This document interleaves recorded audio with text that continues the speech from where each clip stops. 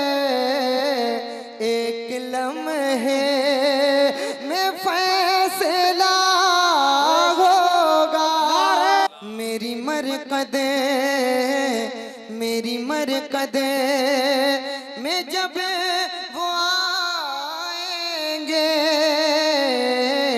मेरी मरकद में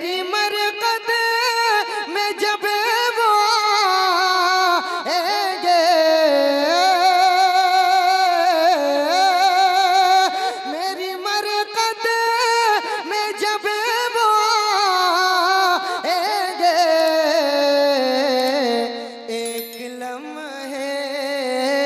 एक लम्हे में फैसला होगा, एक लम्हे में फैसला होगा।